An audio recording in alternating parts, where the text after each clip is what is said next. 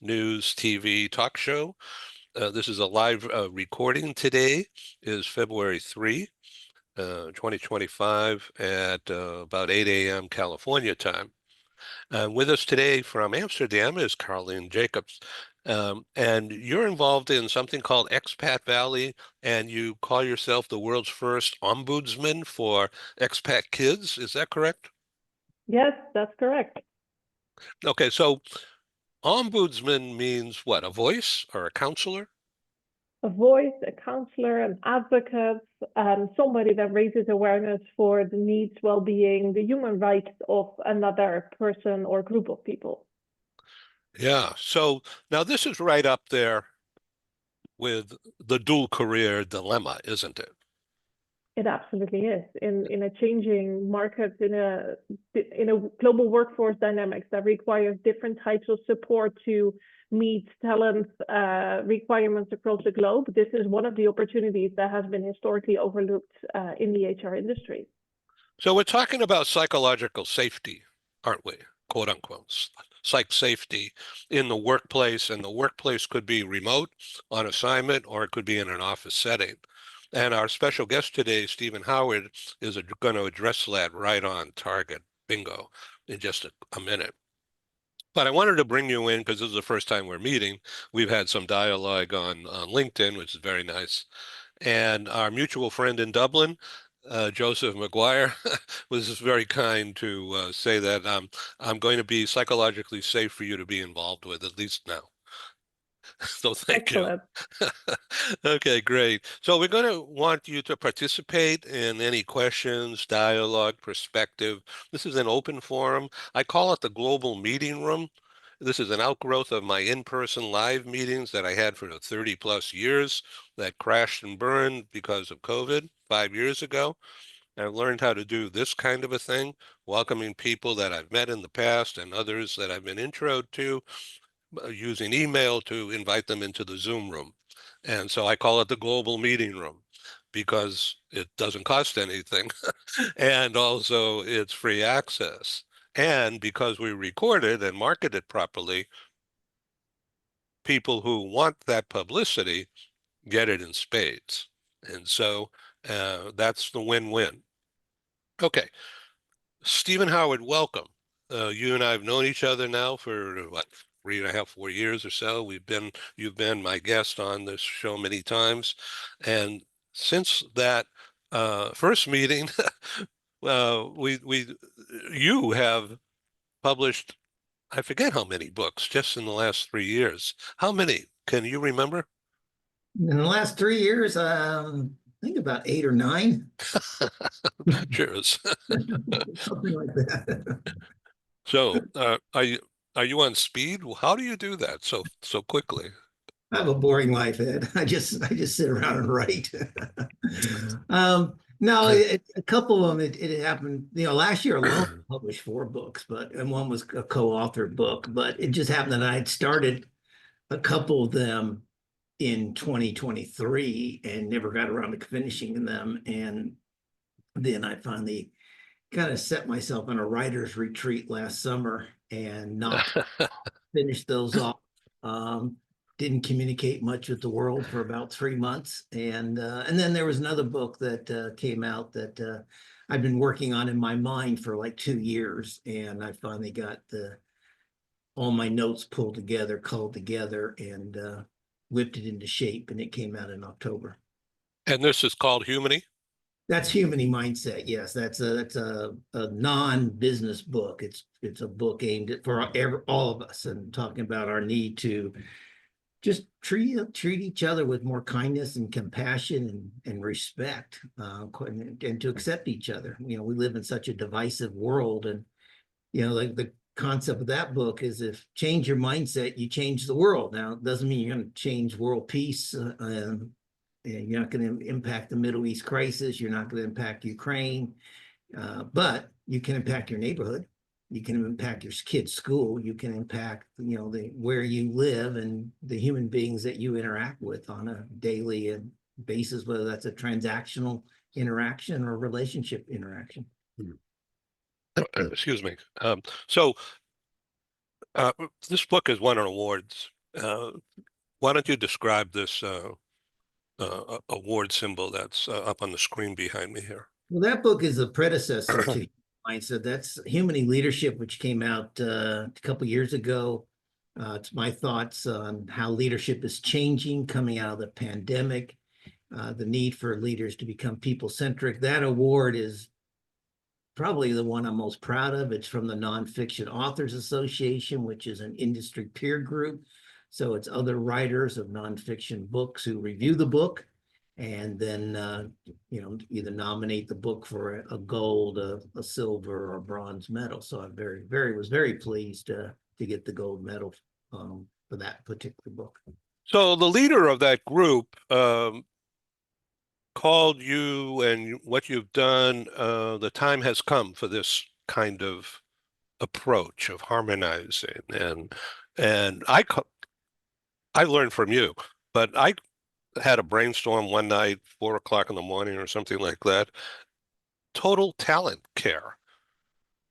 It's not a human resource. Sure it is, but you're caring for people. And it blends right in with Heather's psychological contract, psychological safety idea. Perfect. That care combined with trust, are two of the key foundations to being a successful leader in any organization. And that's why, that trust and that care went down the drain during COVID. I mean, it was already cycling down pre-COVID. I mean, we saw the lack of trust, lack of respect in the workplace. But during COVID, it just cycled down in too many organizations, and that created the Great Resignation. And we're starting to see hints of the Great Resignation 2.0 because, quite frankly, I mean, the number one reason for these return to office mandates, not return to office requests, but when they mandate return to office, to me, it's a sign that there is no trust or a lack of trust. So I shouldn't say no trust. There's a lack of trust by managers and the people they've hired to execute the jobs they want to get the results that they want. And so that we're going to see Great Resignation 2.0. I don't think it'll be to the same extent as the Great Resignation, but we're going to see a lot of turnover. And this is when it starts to happen in the first quarter every year after people get their bonuses, people settle down, companies start hiring again.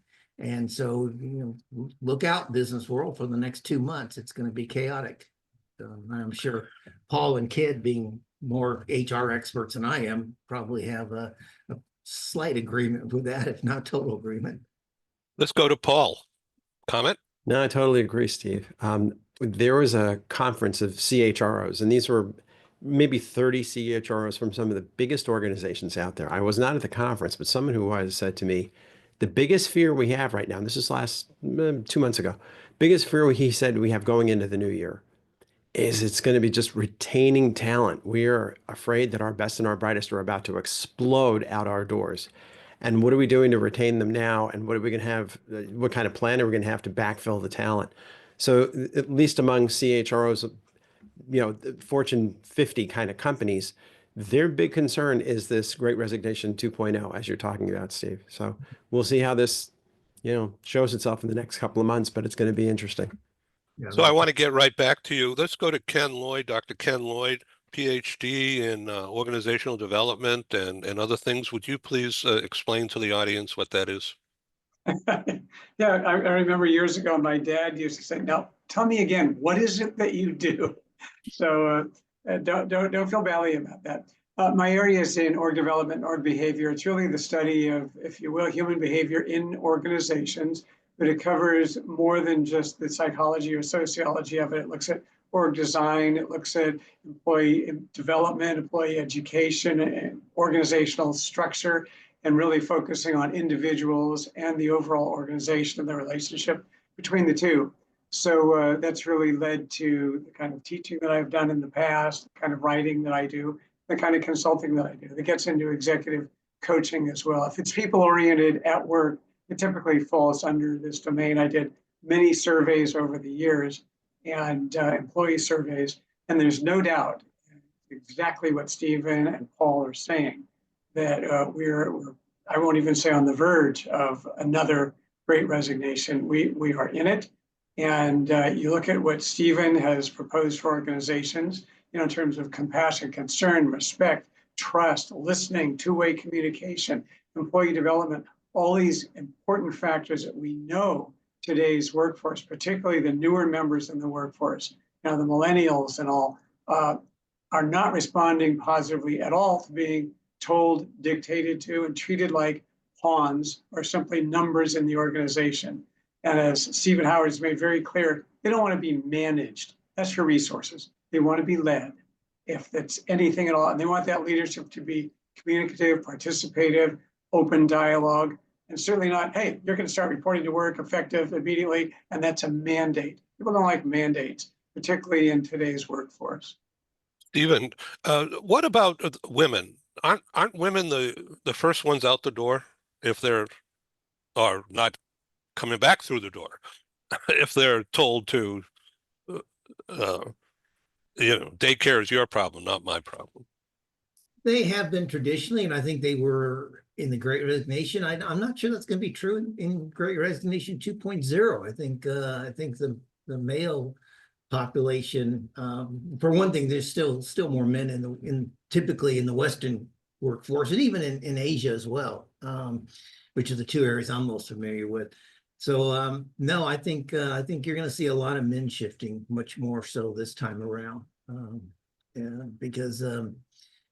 And I think, Ken's used the phrase I often said, people don't want to be managed. No one wakes up in the morning and says, I want to be managed by my boss. And no one wakes up in the morning certainly says, I want to be micromanaged by my boss.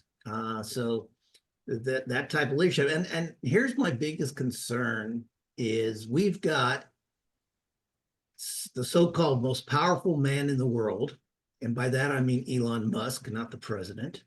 Going in and ripping apart government agencies. We've got almost a dictatorial style leadership coming in from the private sector into government agencies. And people are going to look and say, well, if they can do it, why can't I do it? And so I think you're going to see more comfortable level with people who run organizations saying, okay, let's just fire 5,000 people. They don't want to come to work. They want to come to the office, I should say.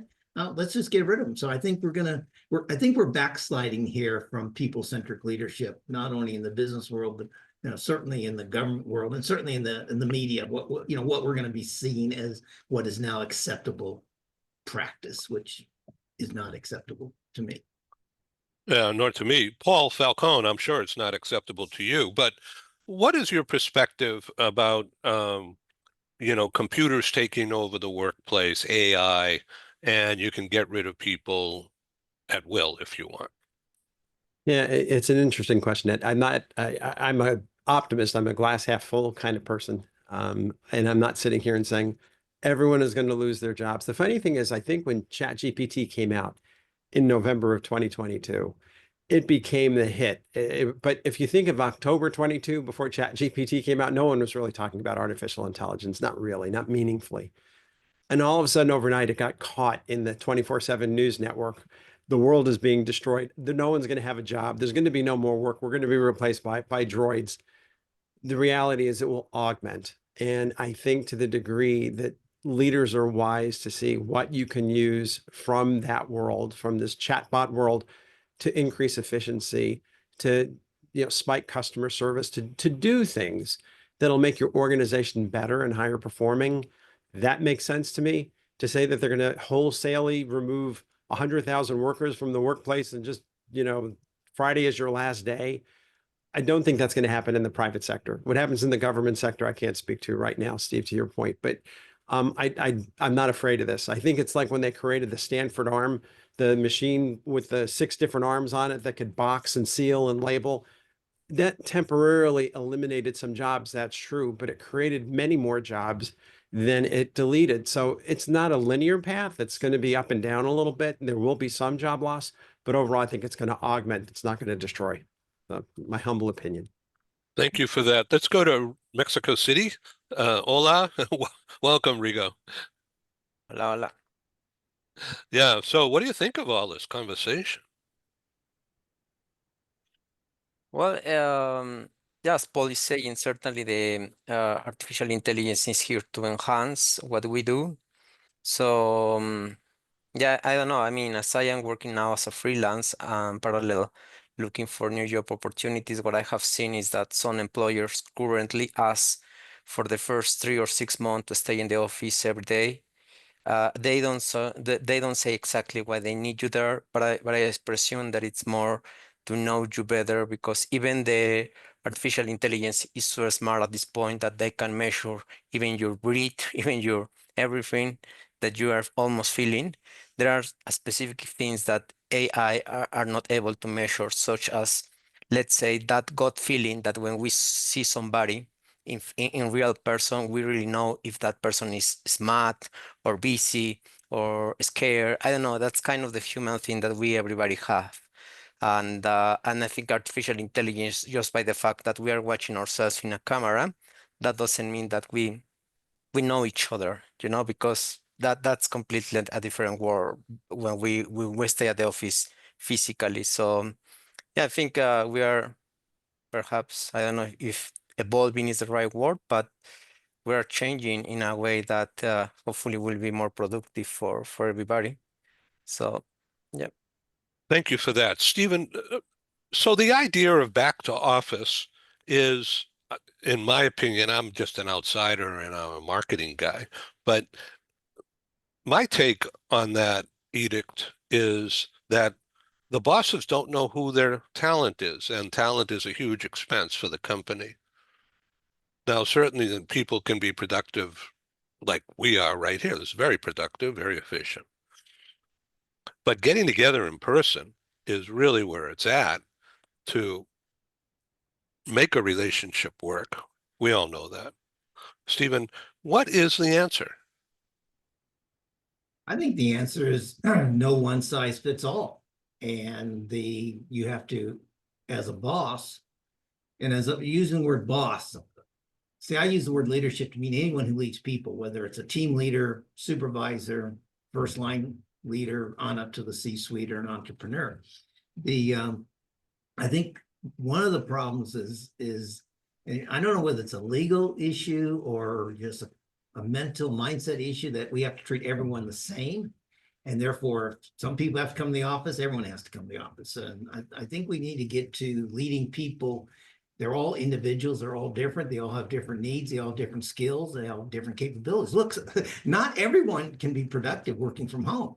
Quite honestly, some people slack off and don't, but then that's going to be their choice, whether they stay at the organization or they need to come in. But the mandating that everyone come in, and what's not working with these mandates is adding the flexibility of, I know a person right now that their company says you have to work 2 days a week in the office, but it's your choice as to what 2 days. Well, if your whole idea is to get people together to brainstorm or to build relationships, if I come in on Monday and Wednesdays and you come in at Tuesday and Thursdays, we're still not meeting each other. So we're not achieving the so-called goal. So I guess if you're going to mandate, you'd almost have to mandate everybody Tuesday and Thursdays, if that's your objective. Your objective is to force face-to-face relationships, face-to-face integration.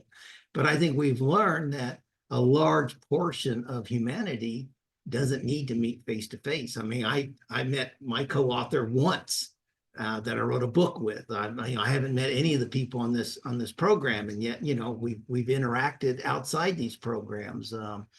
We understand each other a little bit. We refer clients to each other. So I guess it's the mandate that you have to force fit everyone into the same shoebox is what's going to backfire. And that's what's going to cause the continued resignations and the loss of talent.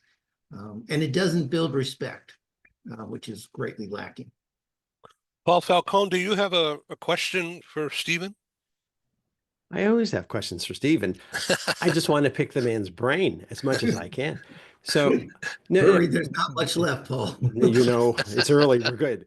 So, okay, Steve, so here's a question though for me. It's like, we know the Gen Y, Gen Z, right? The 45 and under crowd, the 25 and under crowd are the most studied generational cohorts in world history. We know everything about them. We also know, we study C-suite, right? We know the CEO surveys and what they're looking for. And when it comes to returning people to work, when you're thinking talent scarcity on the one hand, when you're thinking loneliness and isolation of Gen Z on the other hand, well, if it were your company and you had 10,000 employees, how would you ideally model this quote unquote return to work? What would make most sense for you in light of both sides' needs? Well, I've been working at home since 1993, so I think if I said go to that company, I'd start by working from home, number one.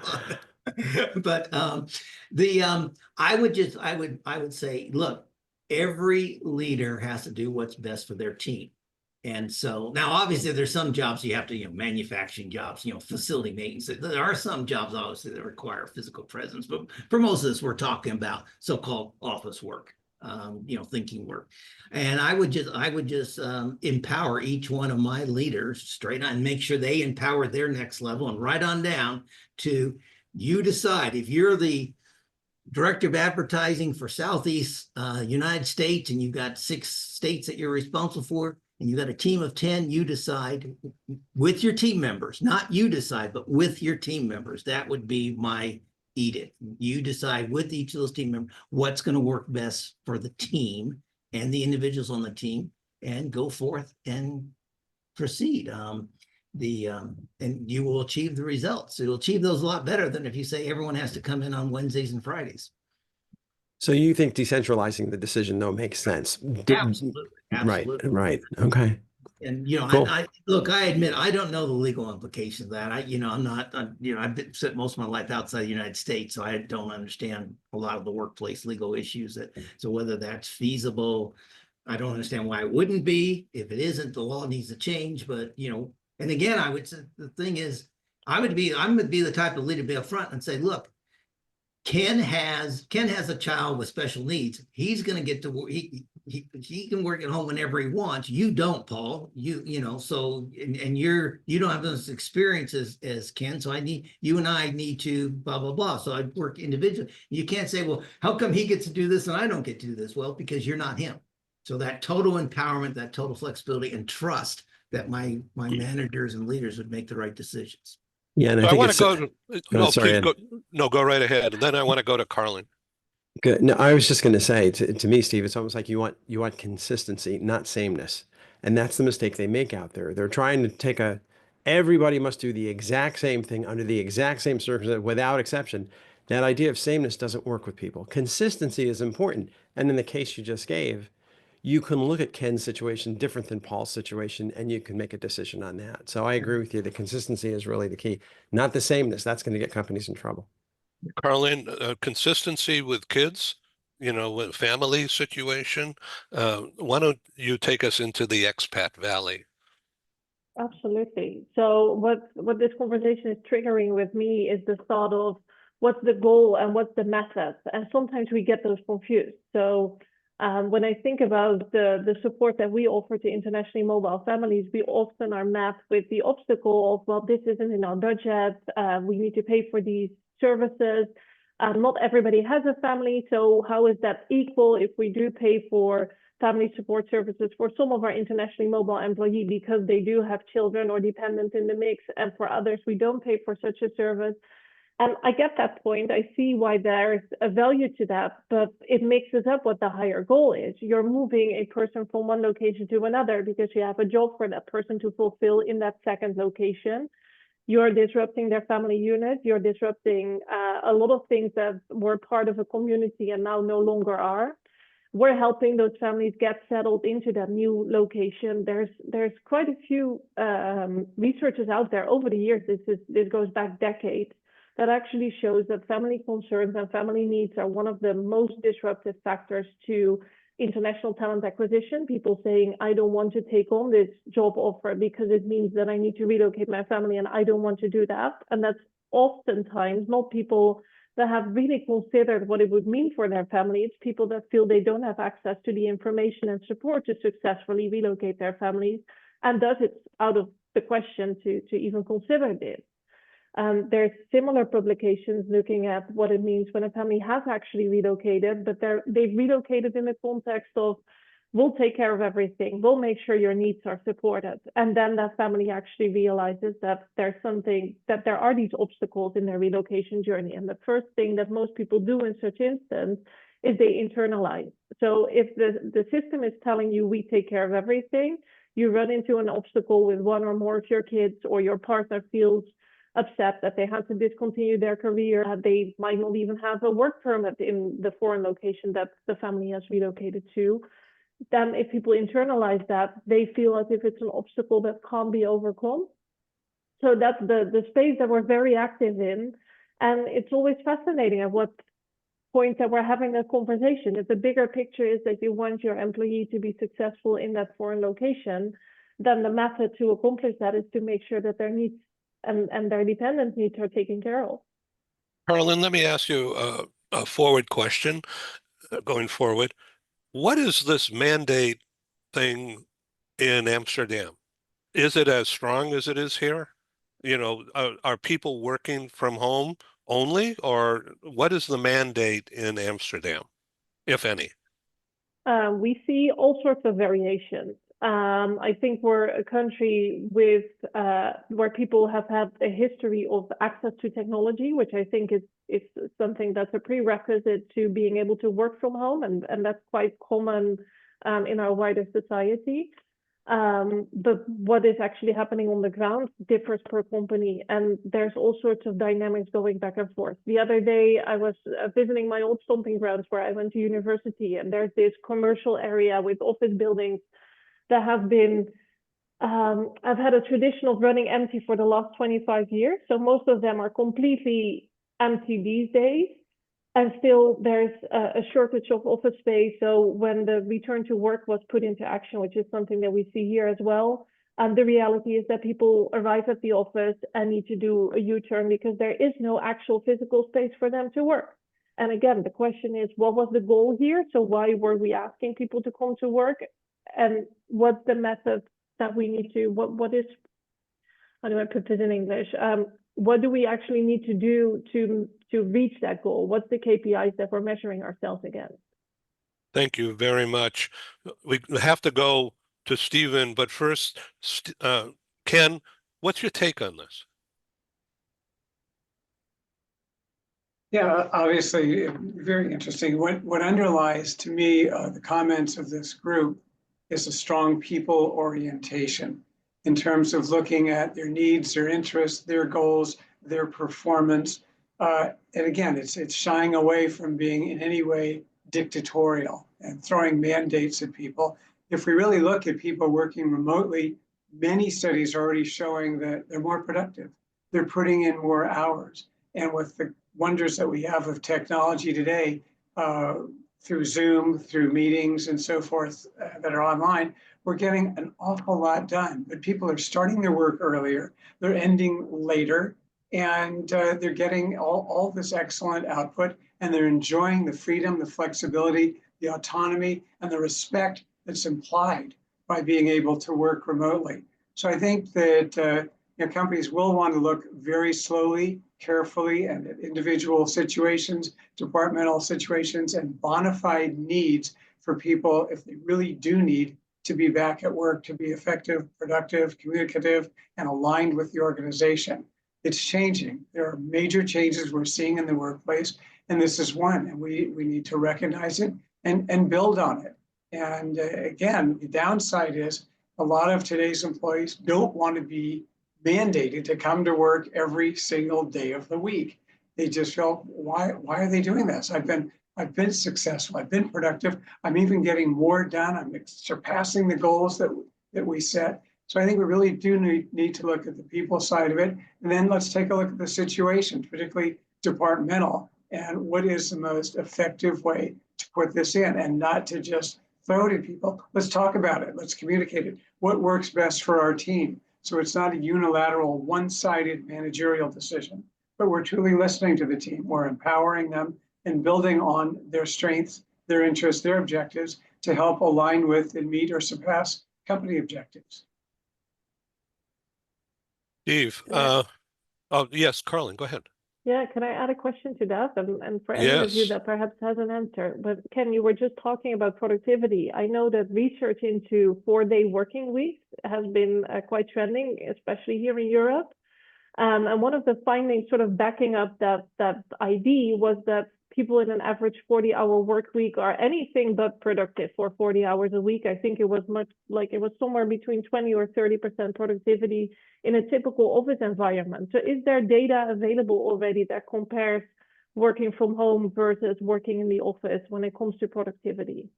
So about productivity, let's talk, if you don't mind, about the issue of making friends with coworkers and quality relationship building, trust, harmony, to use Steven's approach. Karlijn. Karlijn, is that productive? Is that as productive as making things go from A to B? Of course it is, right? I would argue so. Yes, absolutely. I think you're more productive in a relationship with your colleagues if there's an underlying understanding for each other's circumstances. There's all sorts of research into like how do people's brain work when it comes to interaction and relationships with other human beings. And I think if there's time and space to invest in those relationships aside from work projects that you're working on together, then definitely that would be, it will probably not align with standard business KPIs, but it would definitely be an exponential factor, a catalyst to those ultimate KPIs.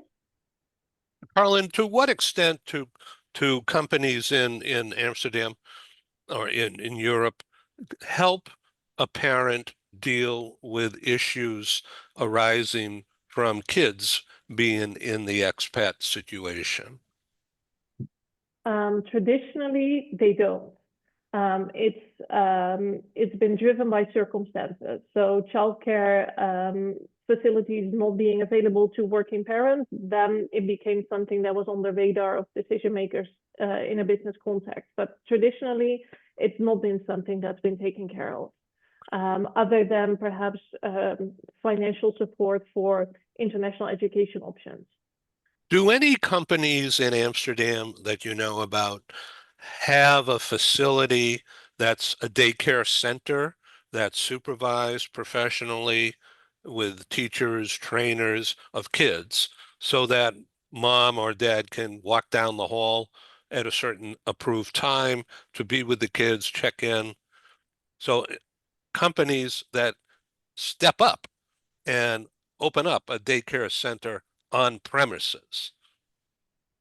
In Europe, I don't think we really see that all that often. There's a very beautiful, sorry, talking about kids. Yeah, right. But there's a strong story from Patagonia there, who started a daycare facility on site, I think sometime in the 90s, when they recognized that they wanted to support especially the female part of their workforce. So they introduced this as a standard solution for any employees that wanted to make use of it. But we don't see that here in Europe often. Yeah, Steven, what do you think about all that? Do you think establishing a daycare center in one of these office towers that's empty, that would be a smart idea? Sounds like it to me. I guess it's going to be supply and demand. Is there demand there? It sounds like, in Europe, they may have more family structures that help out that you don't have in the United States. I don't know, but it certainly would be worth exploring if that would help the workforce. I really don't know. I don't know the marketplace that well. Interesting.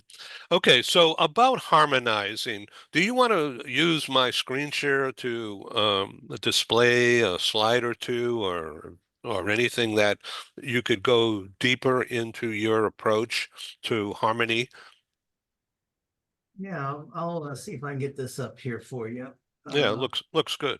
Fundamental elements. Yeah, it kind of summarizes my philosophy and some of the thinking we've been doing here. But this is what I see happening, or the need that needs to happen for leaders. And again, for your audience, to me, a leader is anybody who leads people. A team leader, first line supervisor, first line leader, first line manager, on up to our, your vice presidents and your C-suite. But here are some, to me, if you're going to be effective in today's world as a leader, as a people leader, you have to be comfortable and confident without a clear roadmap. because things are changing. Things are changing. You know, even this morning, for those of you who aren't aware, that the 25% tariff on Mexico has been delayed 30 days for implementation. You know, so it was implemented on Saturday. Today's Monday, and 48 hours later, it's being delayed by 30 days, according to the news report.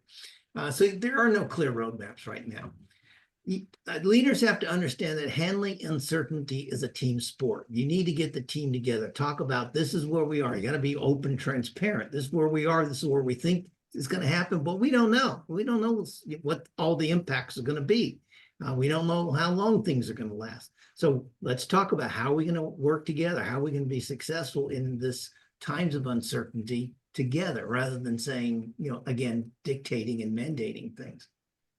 Leaders need to be consistent in walking their talk with supportive actions and visible actions. I think one of the things I often see in organizations, not just the United States, but across the world, is that many times leaders are misunderstood. They take actions, but people don't see it, or people don't believe in the authenticity of those actions. Again, it goes back to some of the research that shows that less than 50% of employees trust their immediate boss, and less than 50% of bosses trust their employees. We have to be, as leaders, be able to navigate the intricacies of ever-changing internal matrices, within internal meaning within our organizations, and external matrices, whether that's supply chains, whether that's laws, legislation, whether it's climate change, whatever it happens to be. Things are, again, you see the underlying theme here is a lot of change in how you leading to this change. I think most important, leaders need to have a whole person persona that they bring into their organization that's authentic and is congruent. They're not one person in the workplace, and they're not another person outside the workplace. And so this reflects that.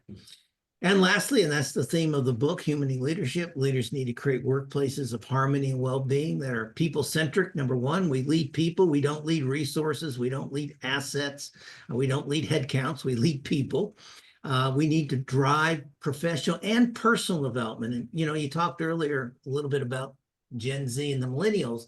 This is one of the key differentiators between baby boomers and Gen Z millennials, is that Gen Z and millennials expect and want and desire to get personal development in the workplace, not just professional development. Whereas the baby boomers like myself was like, you know, I want to build my workplace skills. I wasn't taught anything in the workplace about human interaction skills or communication skills, or unless it applied to the workplace. So drive personal as well as professional. And then lastly, deliver results. And the results that you may not achieve your goals, but you deliver results to the best of your ability as an organization, as a team, as a work unit. But most importantly, you do so in a fashion that you're able to work together again in the next quarter or the next year. And that's what I'm seeing too often, is that people, the hard drivers who, you know, get the quarterly results, burn their people out, and therefore they might achieve second quarter results, but the team is so chaotic, so distraught, so depressed that they can't even function in the third quarter. So do you really want to sacrifice your third quarter results to overachieve your second quarter results? So those are my thoughts.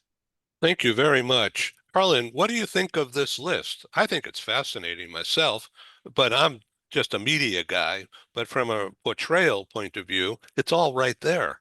So it's a matter of now discussing and going deeper for the sake of our audience out there, not only in the US, but around the world. And almost all of our audience is involved in people things, getting people to do things, or communicating the value of your brand to the people. Karlijn? Yeah, I couldn't agree more. I think it's a fascinating overview, and I love how what Steven was pointing out, the underlying factor is it's change and uncertainty, and how do you manage that in a leadership position towards any teams that you're responsible for. Yeah, Ken, Lloyd? Yeah, this is obviously very important. You look at from the people side, you know, the harmony, the people centricity that's emphasized. And at the same time, you see the importance, and we've talked about this before, and it's certainly implied and very clear in what Steven is saying, and that's the agility of leadership. not to come in with one fixed way of doing things, but to be responsive to the dynamics and changes that are going on every day, globally, nationally, and all the way right down to various industries and to our own companies and jobs, to be able to open that with an agile mindset and to take appropriate and responsive action. So I think it's a very excellent list, a solid set of tools. So what we're seeing in the news, as Steven just pointed out, is gaming. It appears to me anyways, as again, from a marketing point of view, that this business about tariffs is a game. It's a mental game. And it's saying things that the public should learn about what's going on behind the curtains in big government and perhaps in other organizations, and yet backpedaling, which means it's like a ploy. It's almost like there's self-negotiation going on, but portraying to the media and therefore the population that it's not all black and white. There's some gray stuff going on.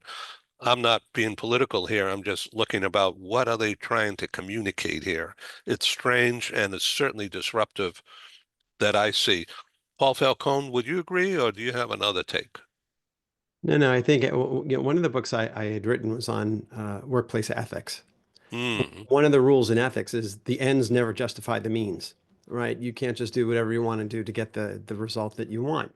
You have to act a certain way. It's a role model leadership that you would expect from a company, from a C-suite or a business owner, or you'd expect from a government, any government. And so the brinksmanship that goes into, we're going to invade, I'm making this up, we're going to invade unless you give us X. You could make the argument that that should be the role model for the whole world, kind of this Machiavellian view of things, or you would make the argument that that's probably out of sync with where Gen Y and Gen Z are and where most people are in terms of looking at things ethically and morally, that that's probably not the right thing to do. So you're to the point, I think, Steve, that you're making is we're building the plane while we're flying it. We are in unknown times. We have to figure this out. That sense of agility, landing on your feet, being flexible and being adaptable has probably never been more important. But there's going to be a lot of soul searching that has to go on because people will see a role model at the government level that some people will say, well, that justifies my acting that way too. And you have to determine if that's really the culture that you want to have, the brand that you want to be known for, and there's some self-identity in there. But what I've always said is it's important that we have bad bosses in our lives because they help us determine who we're not. And that's actually really important. It's one thing to say you have a great boss, that's who I want to be, but you also need bad bosses to kind of put the parameters of who you're not. I don't know where that fits. Everyone has to make that decision for themselves and for their company. But Steve, Steven, do you have, I'm sorry, go ahead, Paul. No, it's fine. I was just saying, Steven, your list hits the nail on the head. Those 6 Yeah. points were brilliant. Yeah, Steve, do you want to show another slide? I guess I had another one here. I wasn't sure what direction this conversation is going to take. Well, I didn't know either, so. Which is kind of good. And I had this in mind because I thought Gary might be here today. And what I want to do, whoops, wrong slide. Sorry, guys. Let me get the right slide here. I just tacked this at the end of a presentation. We talk about strategy and direction. I think so. Strategy and direction again, you can be a team leader. You could be a manager of 10 people. But you still have to have strategy and direction for that team. So here I use the old journalism approach. I was, majored in journalism in college. The 5 W's and an H. And so these are the questions I ask when I go into organizations, either as on an organizational level or on an individual or how you're leading your team. Who are we? Who define your team? What is the purpose? What's the purpose of your organization or your team? Where do you execute your plans? Is it internally, externally? Is it geographically based? Is it industry based? Whatever it happens to be, to fully understand this. When are you most proud of your efforts? And notice I use the word efforts, not results. Well, everyone's proud of results, but when are you most proud of the efforts that are being put in, again, on a team basis? Why is your organization important? What would happen if your organization didn't exist? What would be the impact? So why is it important? And then how do you add value to your customers? So this is kind of the key things that I talk to people about. And I was hoping Gary would be here because I know he had a client he talked about late last year that was struggling with where their future direction was going. So don't know if that helps anybody, but just some Well, we'll get Gary Singer on the next one, and we'll bring everybody together again, hopefully. Rigoberto, you want to say? Yeah, thanks, Ed. Just a quick question for Steve.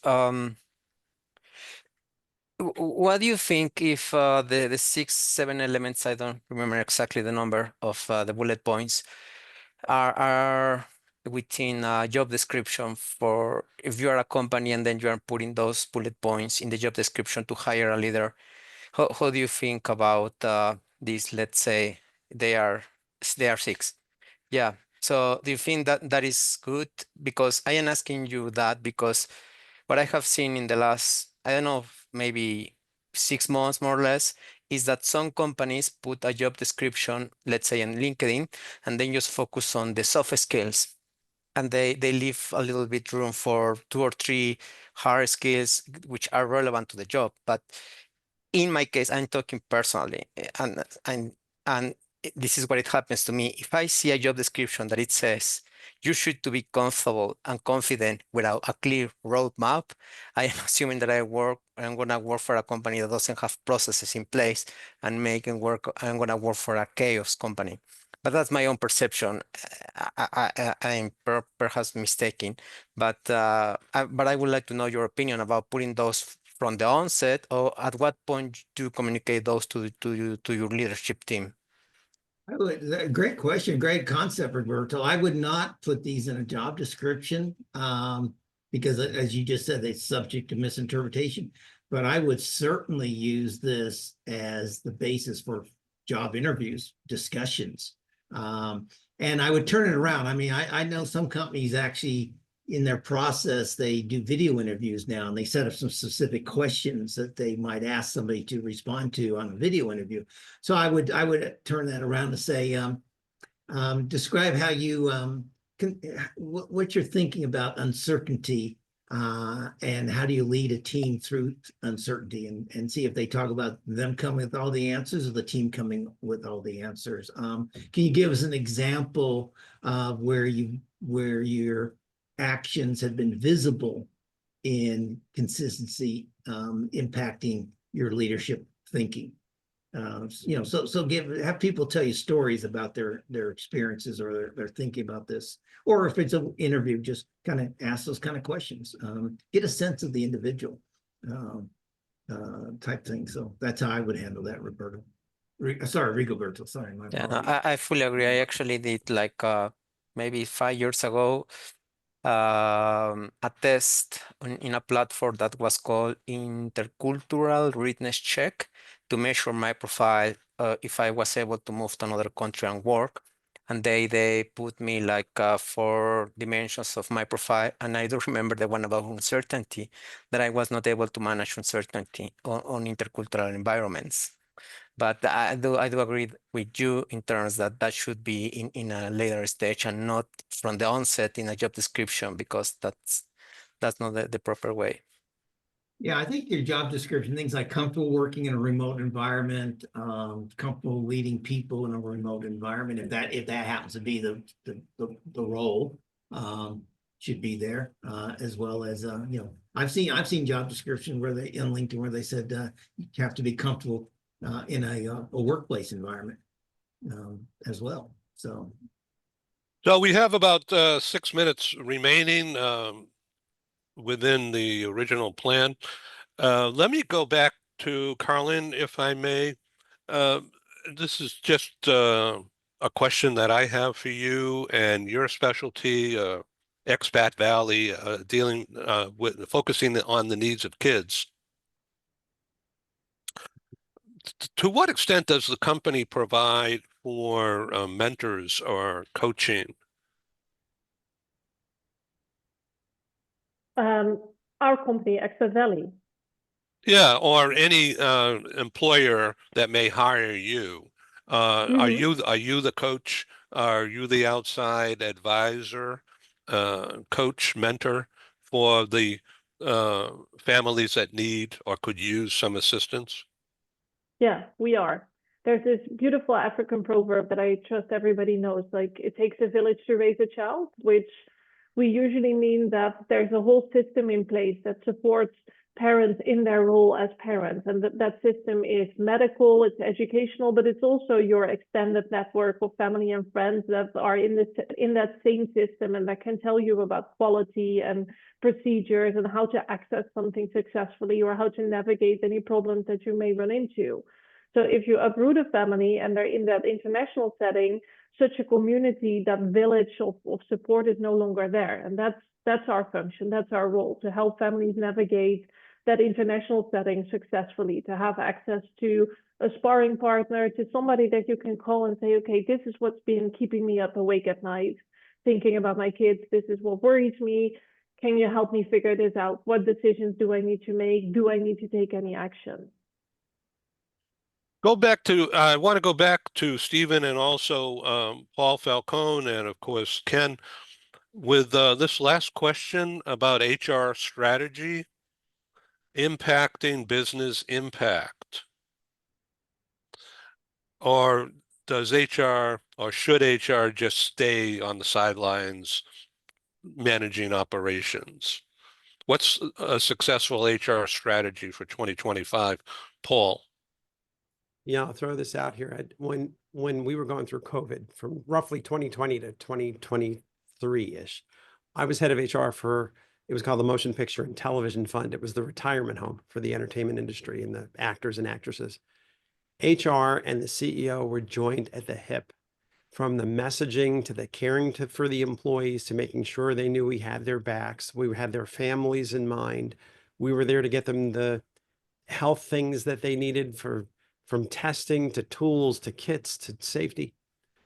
That's really what our model is going forward. The change is coming so rapidly for so many different reasons. People, when they think about the culture of the company, they're thinking about HR. They don't think, well, how's the IT department? Nothing against IT or anyone else. But that heart of the company is oftentimes seen in its HR. And so the question becomes, does that business owner partner with HR or keep HR at bay? That's a decision everyone has to make at that C-suite level on their own.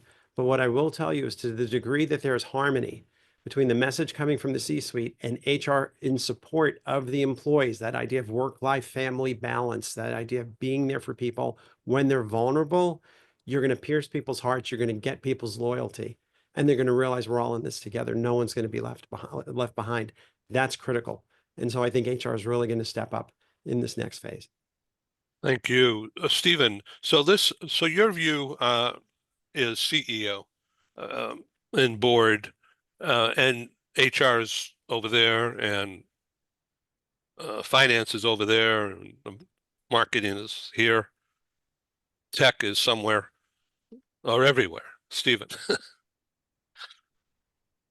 Not quite, but I would hope that they're all joined together, not necessarily the hip, but I have a idealistic viewpoint in that I would like to see HR, as Paul was talking about it, be the human potential department and take all the HR operations aspects and shift it into HR operations. So, the legal, the compliance, the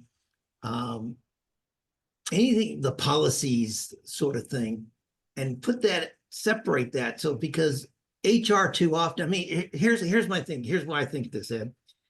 So often when we say we have a problem employee, we need to put them on a performance improvement plan. Let's call HR. What does HR do? They make sure the boxes are ticked from a legal aspect, that if we're going to fire that employee, we have cause, we have justification, we can prove we've done all these things. I would rather you go to the HR department and say, we have this employee's not performing, we need to speed them. Great. We have the people in places, we got the resources in places to help them work with their manager to help them improve. And so I would separate what I call HR operations from human potential, which would be the training, the recruitment, the cultural, the personal, the professional development, the well-being, all that would be the human potential department, and everything else would be HR operations. So Now, would it work for General Motors? Probably not. It's too big. Would it work for somebody who's got 200 people team? Yeah, I think this is probably something for smaller business executives and owners to think about. I'm not sure my concept would necessarily work for a General Motors or a Boeing or anybody of that nature, but you know. Oh, thank you, Stephen, for this. This is absolutely perfect about human leadership. No wonder you're winning these awards. As we come to a close, Ken, what say you? There's a lot here to unpack, and so we're going to have another edition, and please all come back. And we'll get Gary Sanger and others involved, maybe Kim Congdon as well, if we're lucky. Yeah, Ken. yeah, whether there is a separate talent development department or it remains part of HR, either way, we see the focus moving far more toward the employees, the team, and the kinds of values that Stephen has mentioned here in terms of how to build, develop, and work with and support our employees. And yeah, it would be nice if there were a whole separate area, but even if there isn't, it certainly would be under the expectations of human resources, which is now more focused on people. Remember, it used to be called personnel management, okay? It's not called that anymore for a reason. So I think that it's getting far more toward the developmental side. I totally agree, particularly as we move forward and with the new generations that the concept of development, of growth, of communication, of respect, all those aspects that Stephen has pointed out, they're important today. They're even more important for tomorrow. And if need be, to pull that separately from HR to make sure we're really focusing effectively in the area of development, so be it. If that's a more productive and effective way to work, let's explore it. Again, got to be agile, and that includes every department, including HR. And if this is what makes more sense for the employees and for the companies, let's really explore it and see how it'll work. So the balance sheet approach, as we come to a close here, and Paul, I just certainly welcome you and Stephen and Ken, Karlijn and Rigo to jump in quickly here and extend the time is okay. From an HR balance sheet approach, what's a balance sheet? Well, it's this side and that side. So HR assets, and I'm reading this, I'm not making it up. HR assets are like strategic workforce planning, employee development, positive workplace culture, creating a foundation for innovation and resilience. HR liabilities, micromanagement, poor communications, resistance to change. Who's next? To me, that's not an HR balance sheet. That's a leadership balance sheet. Okay. You can't blame HR for everything goes wrong in an organization. So those are human leadership. Those are people leadership balance sheet in my mind. I wouldn't call it an HR, but that's my perspective. Thank you for that. Ken? No, I totally agree. Those are key leadership functions that need additional focus and attention as we move on. And certainly the roles of HR and related departments are all critical in the process. And as Stephen had mentioned, and Paul the same, HR, human resources, talent development should have, if you will, a seat at the C-suite table, and not just sitting there, but an active role in balancing out and achieving the kinds of objectives that have been spelled out in today's discussion. I just want to add, Karlijn, thank you so much for coming and sharing your insights with the group today. Very, very interesting. I really appreciate it. So I want everybody to use the chat and give, announce a website or an email so you can get an ROI from today, much more than we already have. Paul Falcone, I just love your approach to HR, and I would like to give you the summary time here. Oh, isn't that nice? The funny thing is, Rigoberto, having you here is Latin America. Karlijn, it's Europe. We don't have anyone from Asia on this call, but think about it. Ed, you do such a great job at bringing the globe together on these things and allowing us to compare best practices and figure out how to identify who we are. I'm going to go back, Steve, to what you said before about who are we, right? That was the first W in your, what did you call it? 5 W's and an H in your exercise. That's the most important thing. It's not what we do. We're all focused on doing till our hair's on fire, chasing our tails. What makes someone someone's favorite boss is their character and their caring. That's it. If you think about when people describe their favorite boss, it's like it's someone who had my back. It's someone who challenged me to do things I didn't even think I was ready for. She made me feel heard. She built my self-confidence. That's a function of who we are. And I think, Ken, I'm going to go back to what you said. What HR is going to do these days, Ed, my humble opinion, is we've got to build the muscle of the operational leadership. Leadership is where it's at. And HR is in a unique, because of learning and development, because of talent management and everything else, we can build that muscle. If you can build that muscle of your frontline operational leadership team and your senior executives, that does trickle down. That does rain down. That is your culture. And HR is in a unique position to do that now. We got our seat at the table thanks to COVID. And it's one of those things where be careful what you ask for, right? But we now have it because the world has changed and people are listening to the Gen Y and the Gen Z, and what they want is so in line and in tune with what HR has been teaching all along: emotional intelligence, soft skills, caring. That's really where it's going. So I'm excited about that part of it, but it's going to have its challenges and its roadblocks like anything else. But I really do think that the more technological we get, the more we have to depend on the human element, the interconnectedness and the emotional connection that we have to people. Well, thank you all for your time.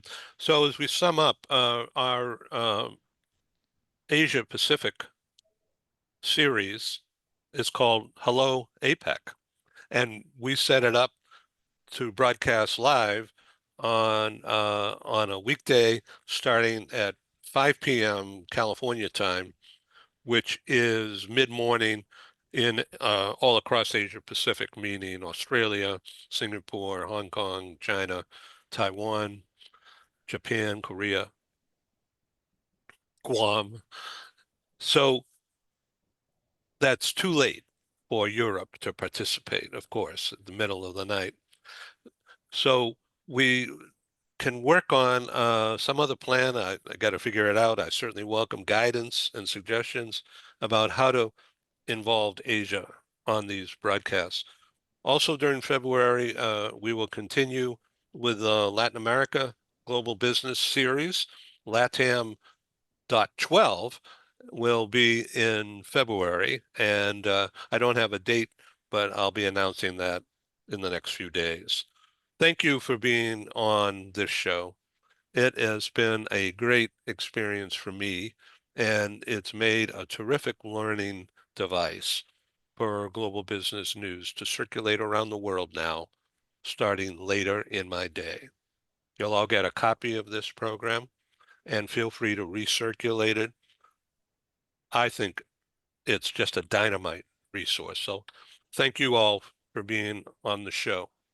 Take care. Be well. Have a great week. Take care. Have a good day. Take care. Thanks, Thank you, everybody. Stephen. Bye. Bye all.